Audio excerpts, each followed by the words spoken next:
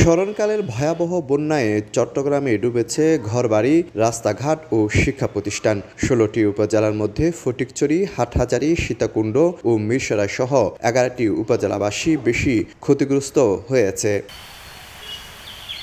পানিবন্দী হন ২.৫ লাখের বেশি মানুষ।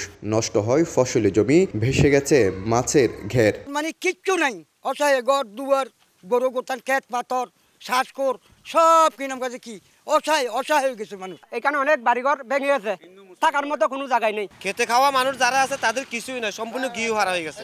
পানি নামার সঙ্গে সঙ্গে স্পষ্ট হচ্ছে ক্ষয়ক্ষতির পরিমাণ।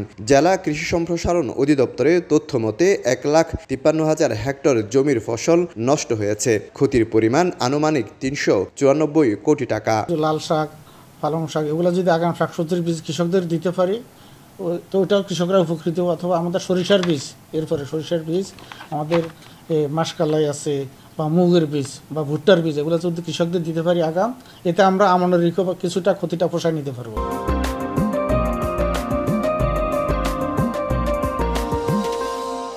জেলা মৎস্য অফিস বলছে, বন্যায় ছোট বড় ১৬,৮৬৪টি মৎস্য খামার, পুকুর ও দিঘি ক্ষতিগ্রস্ত হয়েছে। ১৬,০০০ মেট্রিক টন মাছ ও ১৪ লক্ষ পোনা ভেসে গেছে। ক্ষতির পরিমাণ ২৯০ কোটি টাকা।